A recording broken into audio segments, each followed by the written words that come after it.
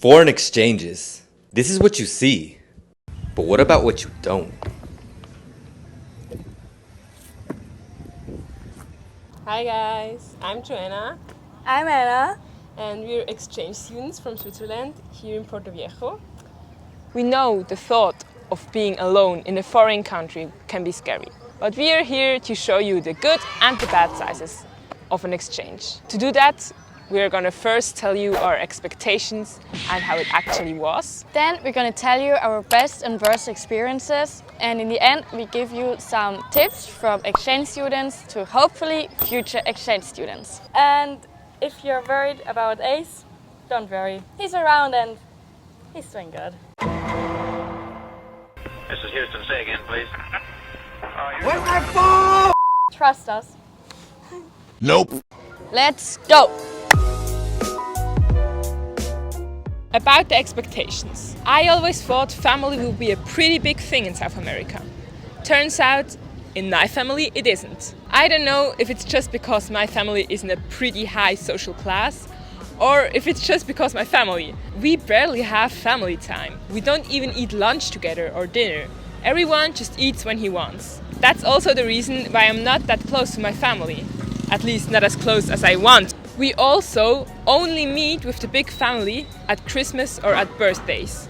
So that's pretty disappointing and I wish it was different. And my family is different. My family is better. I'm not like I didn't think there's so much rice in Ecuador. Like for real. The people are eating rice every single day for lunch and for dinner. So crazy and it's so boring. I hate it. I hate it.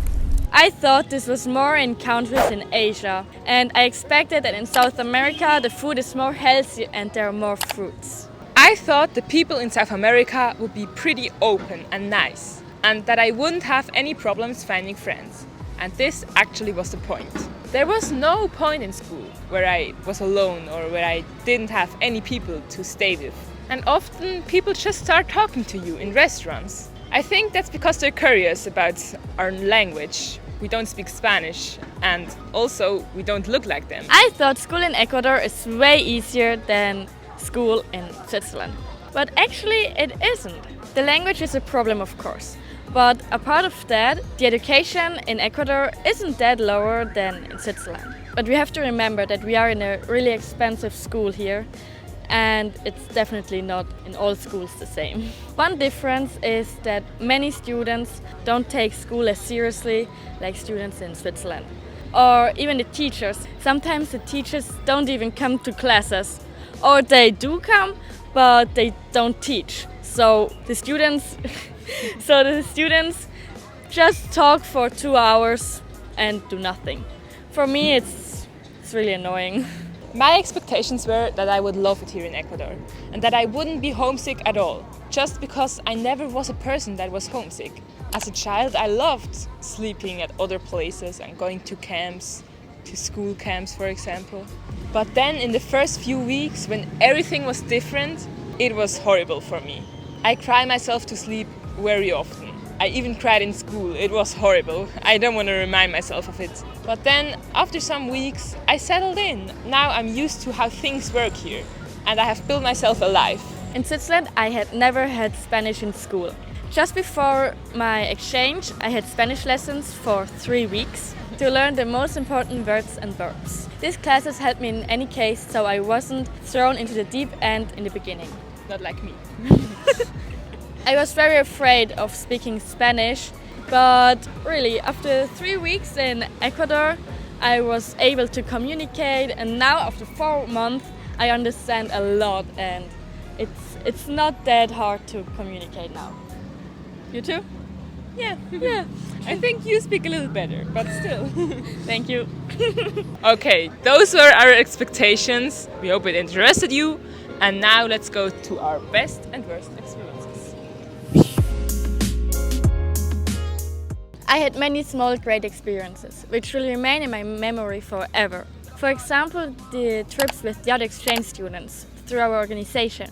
Or we had the Semana Holística, a special week in our school where we met Ace for the first time, and I also had a dance performance. I also had many great moments with my new friends or with my host family. I definitely can't decide on an experience that was the best. But all the ones I mentioned were amazing, and I hope there are many more to come.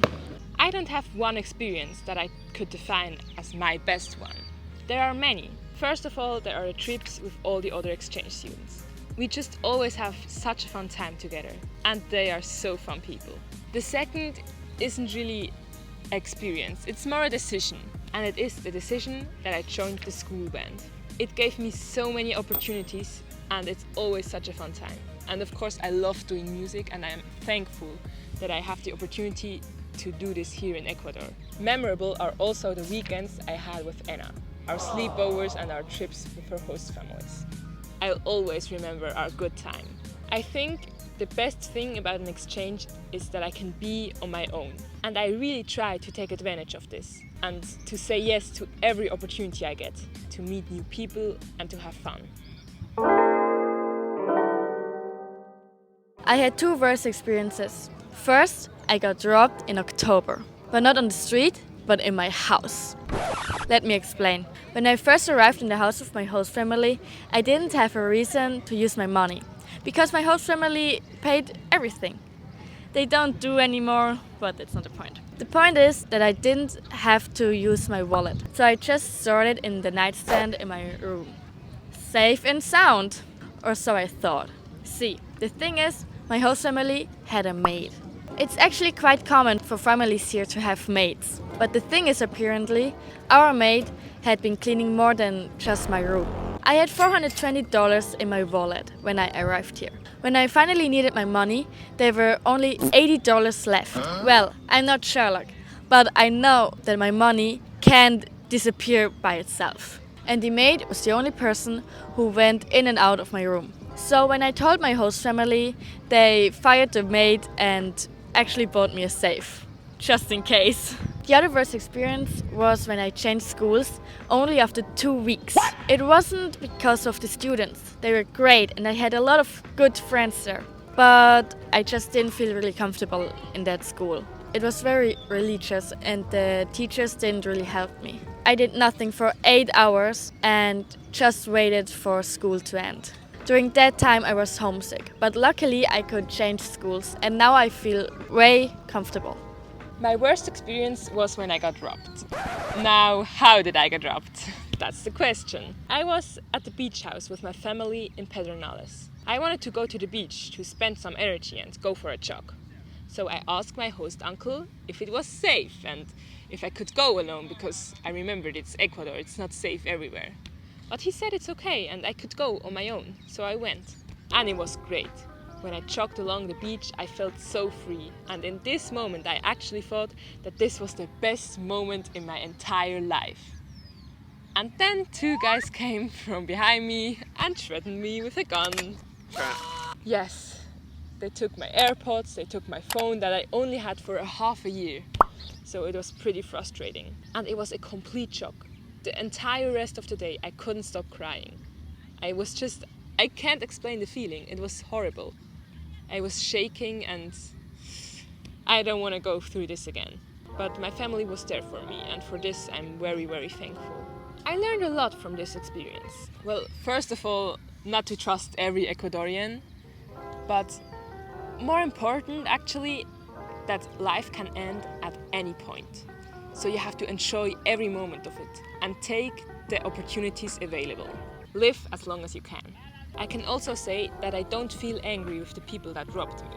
I feel sorry for them. I mean, I don't have to rob people. I have a good family situation and also a stable money situation, so I'm good. But they are probably from a problematic background, and I also think that they don't have enough money to live.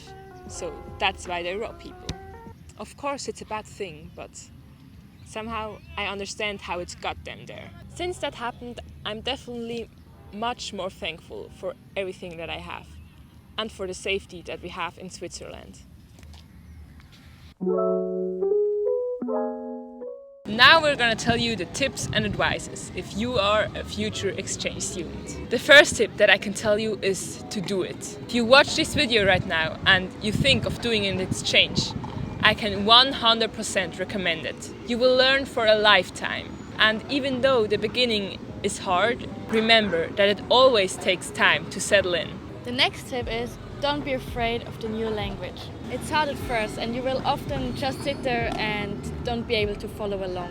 But after a few months or even weeks, you will notice that you will have less problems communicating. You will learn the new language very, very quickly. If you want so.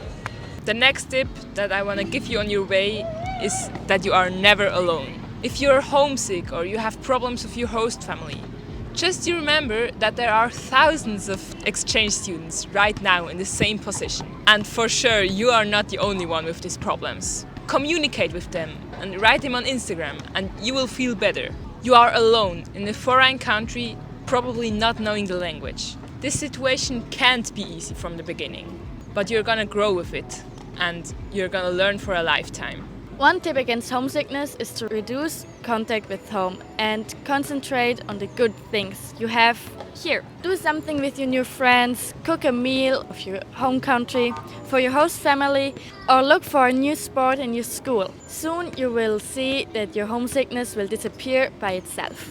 Another tip is to try to say yes to everything. It is your exchange year and it is your job to try to make the best experience possible out of it. I know it can be hard and you need a little luck, but if someone invites you to go somewhere or if your family asks you to go to church, for example, even though you're not religious, say yes and look how it is. And also to food. Try every food you can, besides torta de choclo. Don't try this.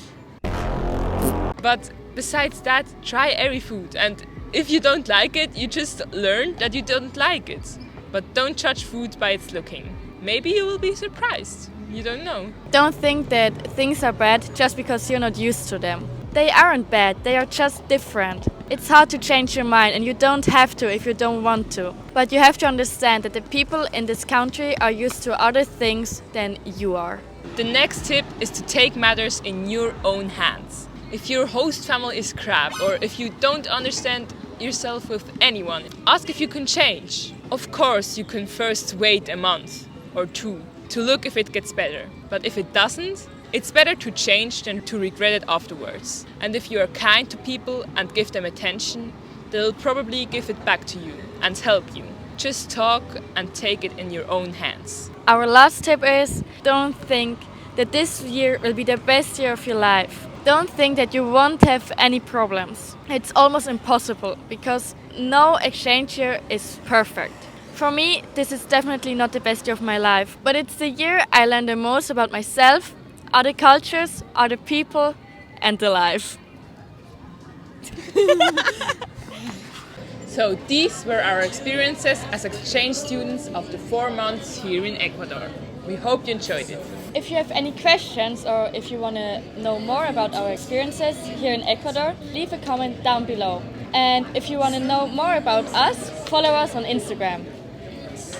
And now we will enjoy the rest of our drink. Whoa. So this is where you girls were. I've been looking for you everywhere. Are you ready to rank the top 10 foods from the coast of Ecuador? Yes, sure. Of course. So make sure you stay tuned for this video next and see which food we ranked as the best in the coast of Ecuador and which food we ranked as the worst in the coast of Ecuador. We don't even eat food.